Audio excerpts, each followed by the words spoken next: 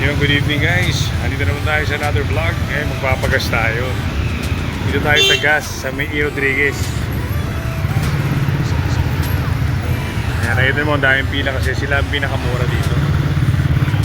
Ang kanilang diesel power 114.5. Tapos yung kanilang unleaded is 83.50 lang. Premium 84.50. So compared sa ibang mga gasoline station, sila ang pinakamura. So ayan, magta-try tayo magpa-full tank para ma-take advantage natin yung murang gas pa dito. Ayan, nakapila. So guys, napagas muna tayo. So kung malapit kayo sa Rodriguez, dito na kayo dumaan, dito kayo magpagas. Okay?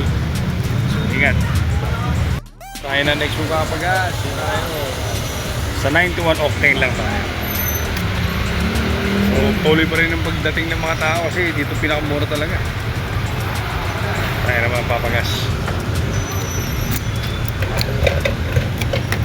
So yan, tingnan natin. Wait lang. Yan, nasa 3 bars yung ating gas. So 300 mapaparga natin.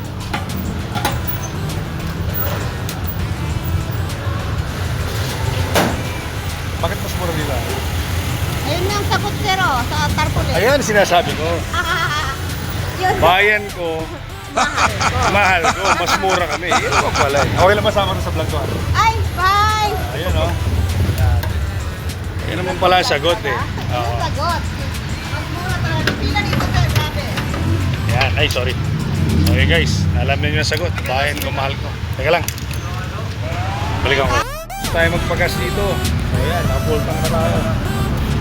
So, kaya pala again, mas mura kasi bayan ko, mahal ko. Kaya mas mura ko. So, yun guys, again, bisita na kayo dito sa May Rodriguez. Ayan, marami ng pila. Para makapagpagas na rin kayo. Okay? And next time, bye-bye.